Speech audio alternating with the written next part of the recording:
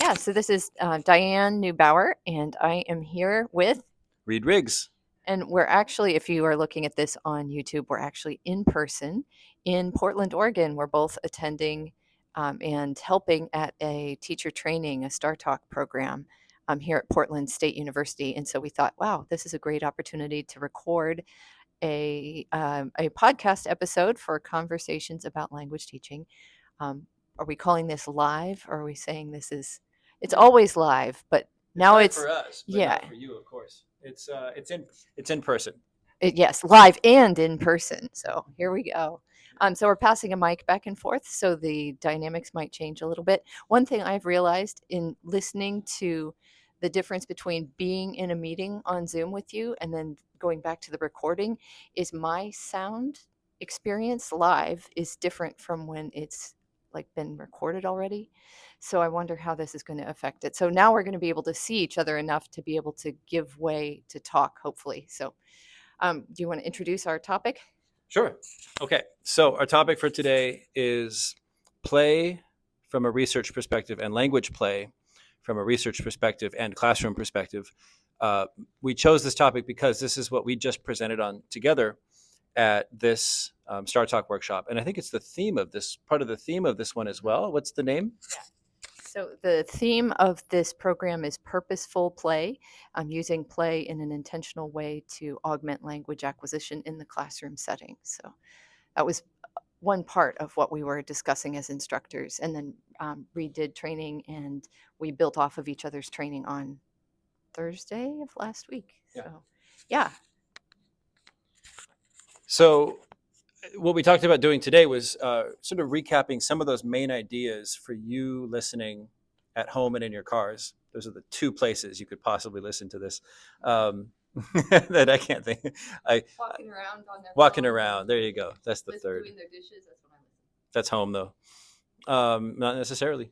So we wanted to share with teachers the idea that we discovered while doing research on a classroom from France that Diane was teaching.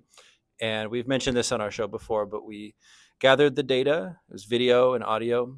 We watched it over and over and started to notice themes. We then went and did the background research, and we started to kind of notice, hey, there's something playful, there's something maybe humorous, maybe imaginative, maybe creative going on. Let's dig around through research and see if that's already been researched before. And these are the steps of doing research in conversation analysis, which was our plan the whole time. Don't let it affect the teaching when we're teaching. When Diane was teaching, she was just teaching. Then afterwards, we go and see what might connect with. And so gradually through poking around in research, we started to uncover that play has been researched a lot in many fields, including biology, psychology. There are a lot of YouTube videos that are pretty fun. One is about how bees play. So we can link them. We'll put them in the show notes. So what I presented to teachers on Thursday this week, Diane and I presented together. We felt that we should do this one together because it grew out of our research project and our research study that was published in January this year, 2024.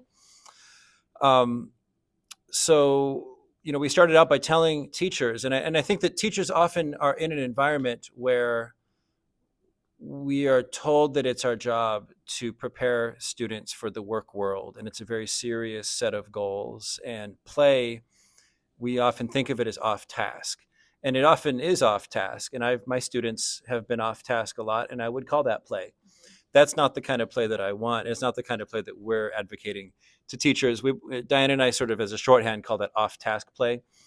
And Diane, do you want to say a little about coming across a lot of research that happened about play in classrooms, but it was defined as not being on task? Do you remember? Yeah. Sure.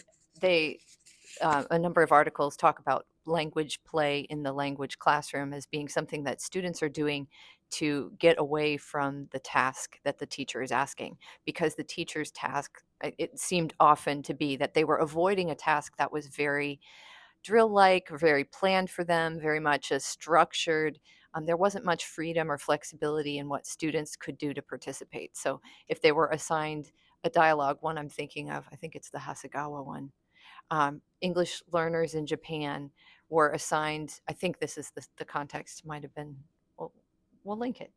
So the students in the class were making playful little asides as they were repeating a planned conversation that they were required by their teacher to repeat back and forth with each other. And they would just kind of throw in these little funny lines that the researcher caught in their recordings. And they realized like it was increasing the students' engagement in the actual task too.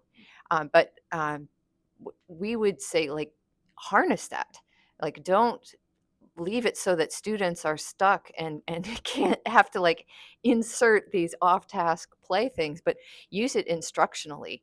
So we came up with the term instructional language play to differentiate this particular kind where it's teacher approved, it's contributing directly to the goals of the classroom and the language learning process. Good. So sounds about right. Yeah. And in the data that we ended up analyzing and discussing in our research study, we sort of summarized it into 4 stages that the students. It started with the teacher having a sign on the wall that said "xiang xiang." It was a Mandarin class, "xiang xiang," imagine. It said the English word "imagine" under it, and you had asked the student in Mandarin. You asked, "Are you a panda?" And then she kind of hesitated and said "xiang xiang," like pointing to, indicating that sign. And then you said "xiang xiang, dui xiang xiang," and then she said, "Yeah, I am a panda."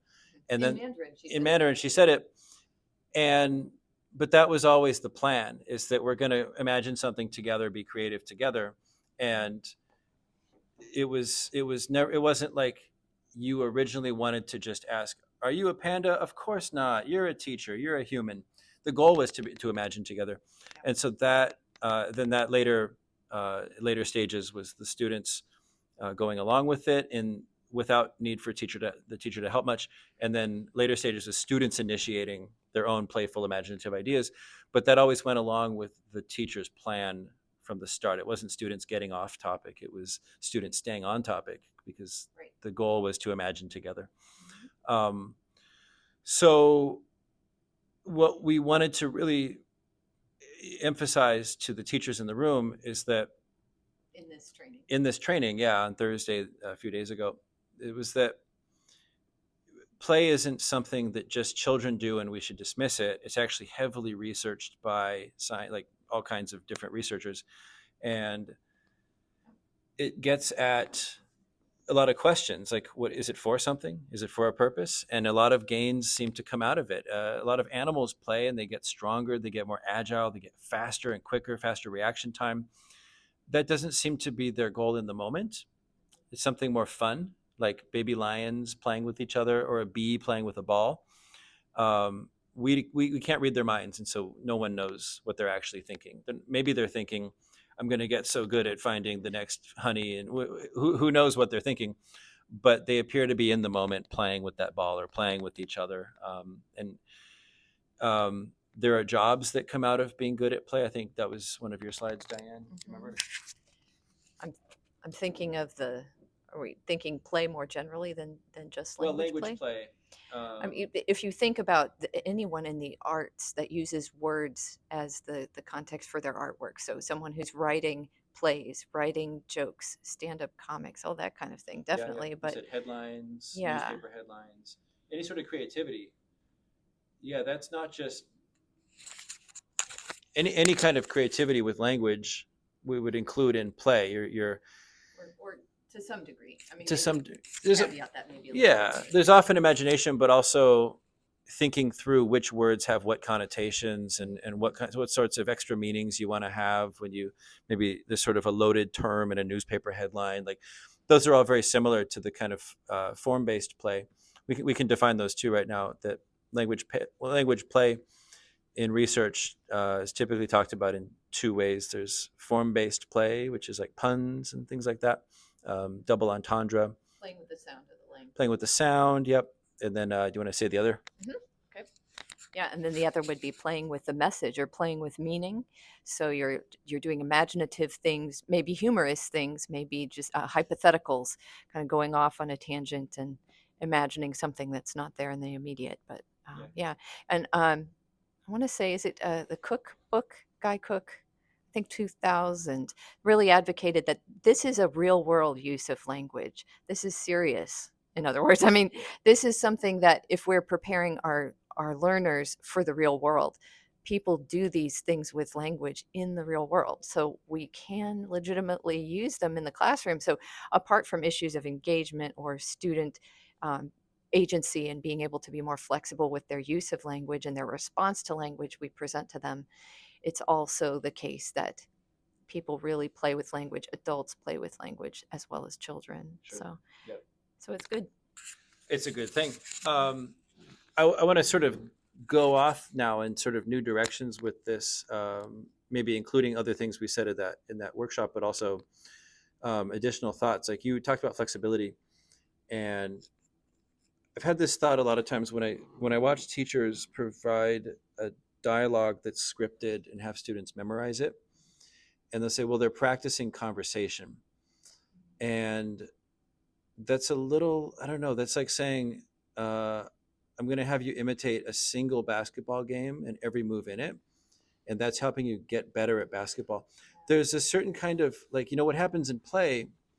Like if a bee has a ball and it just tries to kind of keep it up in the air and then the ball falls down, it's learning these little kind of error driven things in each moment. It's like, oh, if I did this kind of general, we don't know how it's thinking about it, but however it's doing it, it kind of, it learns through these little mistakes. um, that very in the moment mindset, sort of, maybe it's the same as flow or similar to when we talk about flow, that you're just real focused and kind of broad viewed and looking at everything in front of you in the moment and thinking quick on your feet, you know, so to speak. That's not happening in anything pre-scripted or pre-planned. Like it prevents that from happening. There's no space for that to happen. There's no space for quick thinking, you know, what might happen next, how might you respond. One of the definitions of play in general, one of the features that kind of define it, is the perception of boundaries, the perception of rules. um, you know, two people might play pool according to rules that they're used to, and then a new person comes in and says that's not the rule, and they can negotiate that and come to some new agreement. It doesn't matter what the rules on paper are somewhere. It's just how people, you can see what rules they think are the rules by watching them play. People might play basketball according to how they play in their front yard. Yeah, and I think two things like if you've ever observed little kids playing pretend games with each other, you can see when they're often giving the other one, "Hey, no, you're supposed to X, Y, Z." So there's even in this kind of more free form type of play, there's sort of a some sort of a guardrail about the way that we're going to carry this thing out, and that facilitates the play. Yep. Ultimately. So. Yeah. Oh, and it gives some kind of goal and a sort of like, here's the things you can't do, and those are all, again, not happening. Like they can't happen when there's a script and you're not learning how to be quick on your feet. And so think about jobs like writing a screenplay or writing a newspaper headline or writing an advertisement. We just talked with our director here about a kind of area, I think, of translation study. It's called language localization. I'd never heard of it, but he explained it to me.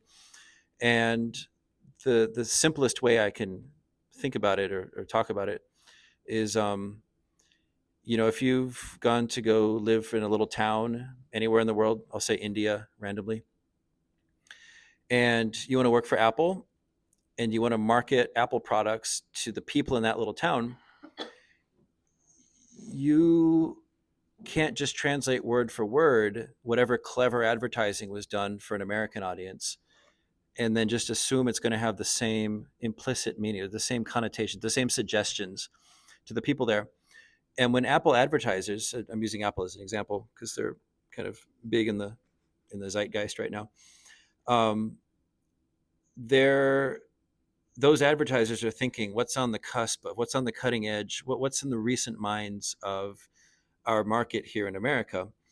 Um, but those things that are recently on their mind, like kind of by definition, are not recently on the minds of anyone else. It's like that's so localized already here. Yeah, or if they are, it might mean something a little different. It could be yeah. You can't take it for granted, that's for sure. And Yeah. and even if there's a similar thing, like you think there's a lot of products that are globally, but that local environment is going to be adapting it in a certain way, or it might symbolize something different. So, Yeah. yeah, so that using language in that context was a job that Yasin was talking about, I think. Yeah, So, yeah, yeah. knowing how to use language to convey the meanings that you want to convey. And if you're thinking about writing, like imagine sitting there writing a newspaper headline and saying, okay, this word, no, this word, what about this word? This word could have two meanings. Okay, but this word kind of implies something that happened recently. Ooh, I like that. Ooh, okay, how about this next word? That's the kind of thing that you in that moment you are playing. Like you are trying out different words and seeing what's going on. You're not just saying, I have this meaning. Here's the words to express that. It's like you're literally swapping out words as you go. So I would say that that kind of job in that moment is playful, but that we can do that kind of thing in a classroom too. That we can mess around with words and kind of see if you say it this way, it sounds a little rude. If you say it this way, it kind of sounds funny. Um, so that's something that much like when a bee plays with the ball and the ball falls, you can say something that ends up offending that might offend someone and the teacher can say, oh, that would actually sound kind of rude. You can learn pragmatics through that. You can learn word choices through that. So yeah. Um, what I was thinking was to shift towards maybe instructional activities or instructional moves by teachers that kind of fit this area. Absolutely. So, Yeah, we have good ideas. so looking at instructional language play, there are a lot of possible ways that this could get carried out. And we mentioned two types of language play too. If we're thinking of form focused things, I think occasionally those just kind of pop up, at least in my classroom experience, where somebody says a word sounds in the language they're learning sounds like something that strikes them as humorous because it reminds them of an English word or a word they know in another language that sounds silly. Or I have one from when I moved to China where I learned the local dialect a little bit, but at first I had no idea. And what they would say, there were these little minivans of people. This is a little tangent. Ready for this Yeah, tangent? no, Okay. that's right. Okay. I'm So going to check the little. camera while you Oh tell yeah. me. Yeah. So the little minibus drivers would shout out the window of their minibus, and what they'd say was Claudia, Claudia, and I kept hearing the word Claudia, Claudia. I'm like, that cannot be what they're saying. Obviously, what in the heck are they saying? It wasn't Mandarin. It was ni chu na nali. Oh, Ni chu nali. Kunali. Yeah. Where are you Kunali. Yeah. going? Yeah. So they were trying to get somebody like that wanted to pay him a couple of kwai to take them further up the road, because they were going to XYZ place, but walking on the sidewalk. So they were looking for a fare, in other words, Yeah. but it took me forever. But that kind of like back and forth, and I still to this day, obviously, I think of Claudia Yeah. when I hear that, and it's that kind of little form focus thing. So they like drop in and just appreciating language and the way that it sounds, playing with rhymes, sometimes doing tongue twisters. I've Yep. done that before in Yeah. Yeah. class, that Yeah. kind of thing. Sometimes even just the playfulness of in Mandarin, the tone differences, and telling students, these are very radically different. They sound totally different. What do you mean, si and si? Right. Don't Death, death, and four. Yeah, yeah. those are. And So students often find that amusing too. yeah, I think you're still covered by the mic well enough for that one. So.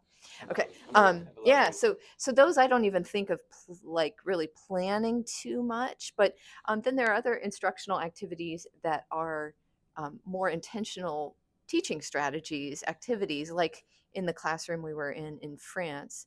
Do you want to Yeah. mention some of those? Yeah. So these are the second kind of play with language, where I may call it playing through language. That you're using the language to play with ideas, and so in France you talked about who's going to play as an actor, be the part of a panda. For these early learners, they weren't very vocal, but they would gesture. Like, so you're a big panda, and they do this big gesture, and everyone kind of giggle a little bit, a little laughter there. Um, and also asking the students, okay, what's this panda going to do? And students would shout out, this panda has um, children. Like, how many children? Like, one child, two child, and then they decided eight children, eight children. I watched, you had a student artist go up, and this wasn't in our study. I went back and looked at some of the video, and the student artist went up, and immediately you told the student to hua hua, like go to draw, and then a student in the audience in the group kind of yelled out, "You have to draw the eight kids." And in Mandarin, they said, "要画八个小熊猫." And so there was so much routine routine recycling of language because there was so much routine recycling of playful ideas. And you kept coming back to this, not pandas in randomly or pandas in general, but that same character you'd made up, that one da chocolate, big chocolate, that was the name the students gave it. And so you kept building on big chocolate specifically. And by coming back over and over, it gave the students a safe place to also recycle the ideas that had been said about Big Panda, but therefore also the words and sentences that were used to express those ideas. Yeah. And so it gave a lot of, I think, confidence and competence in the words that were being used, Right. to stay on those ideas and just review the ideas, only build a little bit on the ideas, and then review the ideas more through different kinds of activities, act out, drawing. Yeah, you had some very specific things. You had them keep revisiting the same character over and over. Right. Trying to think if we ever read about Big Chocolate. That was Maybe, different. maybe. But well, I was thinking like a prepared reading could be done with the story that ended up coming out of that, but I don't remember if it did. So The reading, I thought, as I remember it, the reading was some other information about pandas in general, and the language was intentionally kind of recycling a lot of those kind of core verbs you'd been using because these were beginners. Right. So that made sense. It also brought content in, and so do you want to Yeah. talk about content? Yeah. Yeah. So this, all this stuff we just said about play, like, well, then you never want to be serious. And the way that this was structured, and what I've really started to find as a sweet spot in my own language teaching is kind of thinking about three different contexts that you can use the same language. So especially with novice learners, but also with learners that are developing new language in a certain area or something. They're learning vocabulary in a certain new unfamiliar territory. You kind of have three contexts that you can use them in, so that you can do straightforward content-based learning. You're learning facts about the world, about history or culture, geography, target language communities, um, any of those things. So they're learning something that is real world information. Culture, Yeah. history. And I kind of resent that I just said the real world information because I'm saying play counts too. But so like something outside the classroom. Outside the classroom. That's Right. the better, Right. clear way, I think. Yeah, yeah. So there's that. But then there's also personal opinions, personal experience, personal connections to all of that information that we're learning about. So you can use that same language to find out about the people in the room. And then there's language play, where we can take that same set of language and now do something imaginative or playful with it. It allows us to be respectful of the content. So, particularly if we're talking about people in the world and target language communities that may have differences from the cultures that our children or our students have in their home and their upbringing, we can still be very respectful of that and introduce some sort of imaginative, playful element without messing with that side of it. So, I found that I used to think of it as kind of a two-part thing where there's information and then there's language play, and I kind of think of it as three. There's like the personalized talk, there's the content-based learning, and then there's the language play opportunity. And so it's recycling a lot of the same vocabulary, but it's not doing it through constant repetition of exactly the same thing. So, It's also not recycling vocabulary through talking about random disconnected things. yeah. That you can talk about content. So that the another way to look at sort of a way to tie these together, those three, is to ask, what are we talking about? What are we using language to talk about? And we're using language to talk about the world outside the classroom, so cultures, communities, histories, places. Yep, outside the classroom. And then there's the people inside the classroom. This is how I kind of how I slice it. Outside the classroom, inside the classroom, it's us, it's the students, and the teacher can share their personal experiences, and that's sort of a bridge between the two. Sometimes you have students who are kind of like bridges too, if they have like heritage backgrounds, or if they've traveled, and then everyone else, and you can ask about their real experiences. When is your birthday? Let's put it on the calendar. Would you eat this food? Would you want to travel to this place first or that place first? So the students' opinions. But the third one is, let's get wild. Let's talk about, now everyone can fly. Now you can time travel. Now you can read minds, and you can be more fictional, less fictional. I talked about that um, on Thursday. So using genres of fiction to get closer to nonfiction, and then all the way out into absurdist fiction. So book categories can be a way to rein in your students, or go out to the wild ideas. But again, it's the question: what are we using language to talk about? And I think even then, even if you're getting imaginative and wild, it's nice to have coherence. Where if we're talking about a pizza that has eyeballs, let's talk about that pizza with eyeballs for a little while. Who eats it? How many eyeballs does it have? Do the people who eat it like it? Is it rare in the world, or are there a lot of them in the world? Like, whatever we're talking about, let's not jump around in information too much. Let's keep connecting information. I'm imagining the pizza with eyeballs right now, and it's like making me crack up. So It's pretty funny. yeah, yeah, yeah. I had a very distinctive picture of that, but yeah. So like one of the instructional strategies that fits this that you may have already picked up on if you've heard of TPRS. So the idea, at least as TPRS in its more, as I think of it as a classic form from a few years ago, the idea of co-creating stories with students was very prominent in that. So asking a story so that you're getting information from the students to contribute, which I think adds this other additional powerful engagement piece to it. But you can be playful, and students then are the expert. And when they're learning content, they need to kind of receive this information, accept it, understand it, piece it into the understanding of the world that they're developing.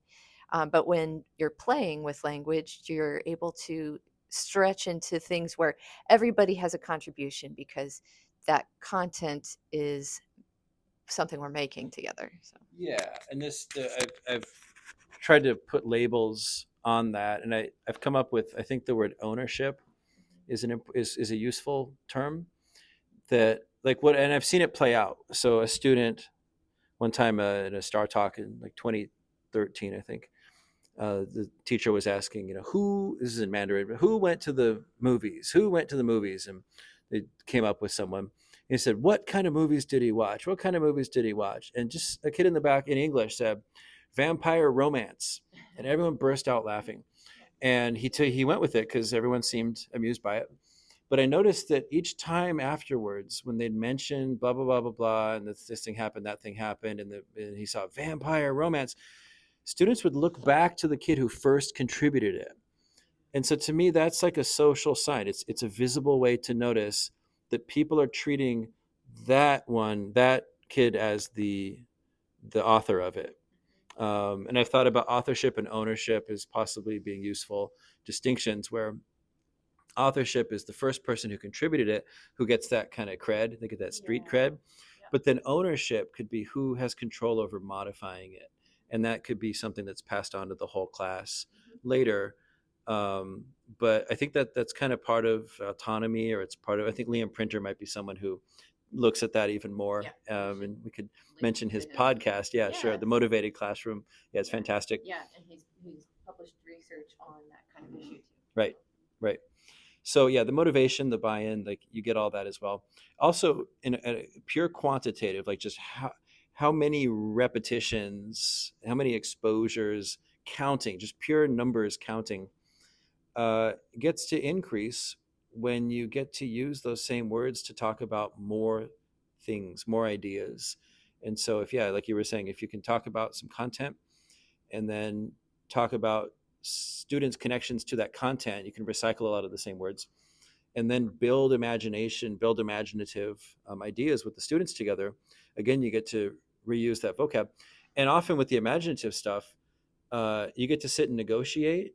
And that negotiation, I was asking, it's using language even more. And it can be, even in that segment, can actually be a lot longer than the other segments, because imagination, it might be visual. I think of it as like bounded at the sides, but not at the front. It's like, we're not going to talk about some other topic, and we're not going to go on some other tangent, but we can take it forward forever. We can keep building on it as far as we want. So, like, I was asking the teachers, Shay, 在 Beijing. I was pointing as we went. Who was in Beijing? And no one answered. So I went back. 谁在 Beijing? And then I kind of, performatively mused. I was like, I'm performing thinking so that you can see that I'm wondering. I want you to wonder too. And in English, I kind of coached them a little bit. We're trying to come up together with a person that's going to be in our story. 谁在 Beijing? But literally by like fishing for an answer, I reused those words over and over. And then they came up with answers that we didn't want to use. Some of them are political. And I explained to them, safe space, let's avoid politics. So let's go back to the beginning.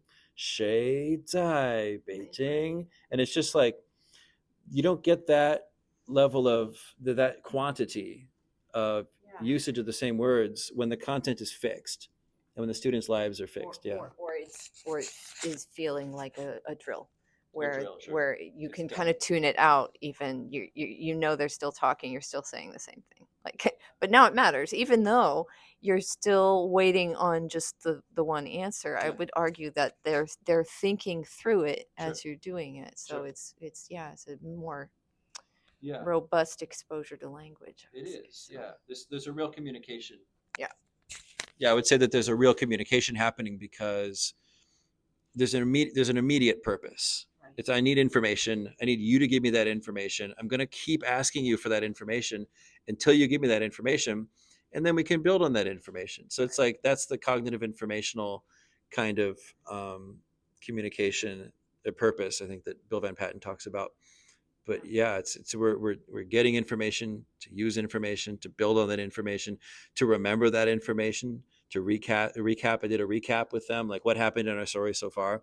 We went back to the beginning just to go through all the information of what events, what people, who went where. Had to kind of, so again, like this, I think the imaginative stuff really gets to be quantitatively more exposure to words than a lot of the content. Now you can review content as well. Yeah. What did we learn about this place? Can I shift to another example of an instructional language play opportunity? Yep. And I'm Where- gonna check the phone. Okay, yeah. So we yesterday we had a speaker from GLAD. So that stands, I learned for, it stands for Guided Language Acquisition Design. It was out of Southern California originally in I think the late 80s, working mainly with multilingual students in that area. So students at various levels of English language ability, and very differentiated needs in the classroom. So some of these strategies came out of that. And I would argue most of what we learned was not language play, but one of the things that I mentioned to make a connection to our workshop on language play that had been a couple days before was the instructor was doing a really engaging lesson on he demonstrated through the regions of California. He drew a map. He spoke in the target language to students. As he was speaking, he would add a few key vocabulary words.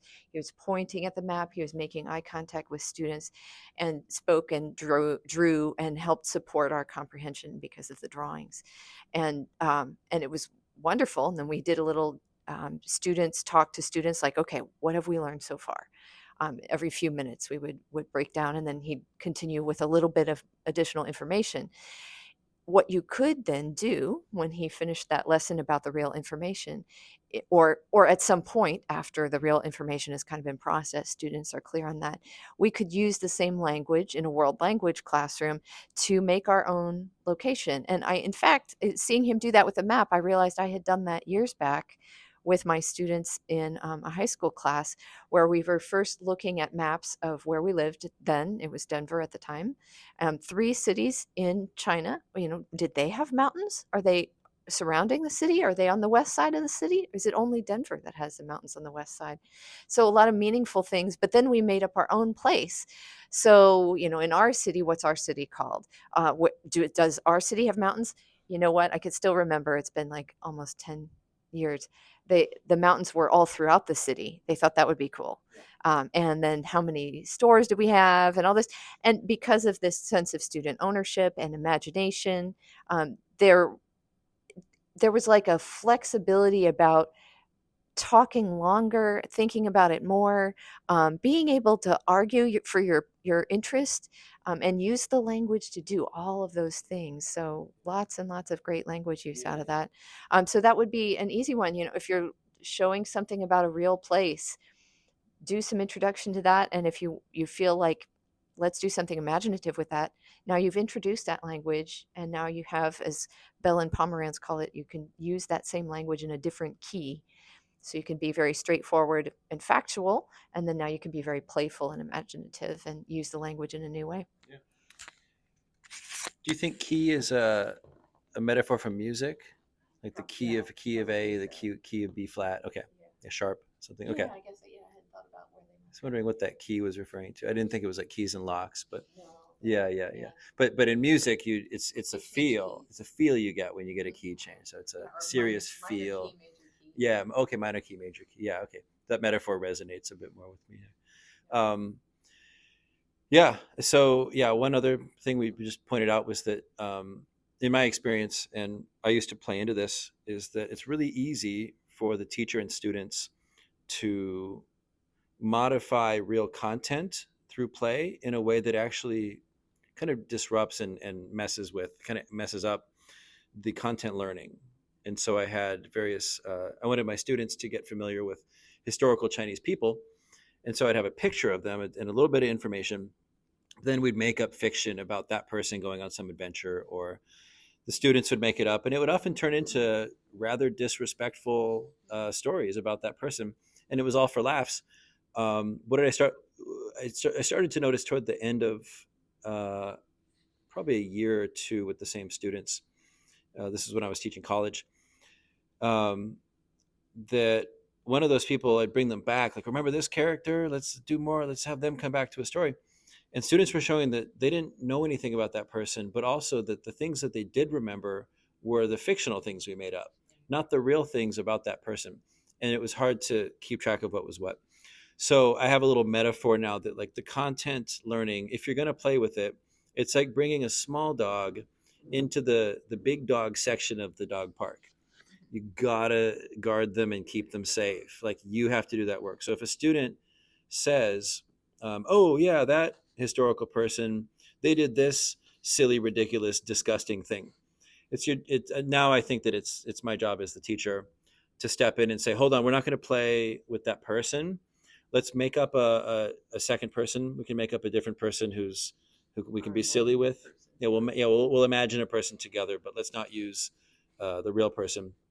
And that's very similar to historical fiction. That, in some historical time period, you can have the real king, but we're really going to focus on these two workers that never existed, and we can make up anything we want about those two workers, but we're not going to say the king did this or that, because that's playing with the real history. We want to make up some new people. So yeah, being very careful about the content so that good real content learning can happen. Yeah. Another caveat. So this is another caveat, and I'm thinking of another article where I think I'm going to have to look up, it'll be linked, the name of the author. But the point of the author was, we pain is part of the world, and we can't ignore that in our classrooms. We have so many world problems, we have so many personal problems and challenges and things. And in the workshop, we used a couple of different things that this language play is not treating those things as real. Language play is helping us survive those things. And like in the film Everything Everywhere All at Once, I won't do too much of a spoiler, but the Michelle Yeoh's character is married to Ki Qing. I'm not sure if I'm saying his name properly. I needed to check in with Non again about that one, but um, outstanding actors, both of them. And she was more cynical and dark and kind of depressed and sad, and he saw all the same things. But as he told her, this is how I fight. This is the playfulness that he was doing, the silly things that she perceived about it, or the way that he Resist. yeah, the meaninglessness of the world, or the tragedies that he had experienced. And yeah, people do that. It's how we survive. Yeah. When I would add, a classroom can feel like a very oppressive place to a student who, especially K to 12, their counselor says this is your schedule. In college, you can choose if you want to go to college. You can choose your time. You can choose your classes and also what time of day you want to go. You can make things fit around what you want. And even if overall you feel pressured to go to college, there's so much choice within that. K to 12 students have almost none of that. And they often have like double the workload. They have way more classes than college students usually have 4 classes a semester. 3, yeah. And then high school students have like 6 or 7 plus lots of extracurriculars. And at least in the school where I teach, the students are very focused on getting done what they need to get done just to manage and get by. And so if we start doing something playful, I had a AI image of a weird kind of scientist looking guy up on the screen. I'd used it with some 6th graders that I'd substitute taught for. As my 10th graders came in, I was going to recycle this and see if we could just get some listening, a little story building, maybe 10 minutes in. But we also had a big summative assessment that would be graded coming up. And so one of my students who really came around this year to become a very excellent, focused student, um, first thing she said as she walked in the room, she goes, "Nope, no, we're not doing that. We have a summative coming up." And I said, "Okay." And I closed it, I shut it down. They all just wanted to work. They wanted to practice their writing. Chinese character writing is a very tough thing for big essays. And so they wanted to sit and write drafts over and over and just focus on that. Um, so that's a little bit tangential. Really, the main reason I brought all this up is that, like you said, resisting. Um, Students often find having that kind of agency, that kind of ownership and authorship refreshing. Is it's often something they don't have in a lot of classes. Maybe art class. I love the layout of art class where they come in and they pull their project from some shelves and they go to the big tables and work on their thing. And it can span many classes that they work on something. So I try to have things like that in my class. Stories we'll revisit, stories that students get to write in their own notebooks on their own time and then share with a partner. But lots of space for agency because there's so little of it otherwise in school, being just shuffled from class to class. Yeah, it's hard. Yeah. So yeah, it's important. Um, yeah, well, maybe we could wrap it up. Yeah, So I was big takeaways: all animals play. Science has shown that. even people, adults. Even adults, yeah, all animals of all ages. But humans play with language, and humans can play with the form of the language, such as puns, and humans use language to be playful. If I say, "Hey, you're not supposed to be here," and I say, "What?" and you go, "I'm just playing," we just used language to play with ideas, and we do it all the time. Adults do it constantly, gathering around the water cooler in the office, sharing about funny stuff over the weekend. That's um, that's playful. You're trying to get a laugh, or you're trying to entertain each other.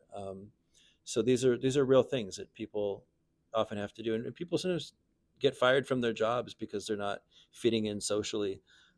That's its own problem, and I'm not going to support it or reject that. But it can be useful to be able to socially get by, and simply learning words and sentences isn't that. It's not enough. It's we need more. So, any closing thoughts? Nope. Okay. Well, thank you. I've been Reed. Yep, and I'm Diane. So thanks for listening.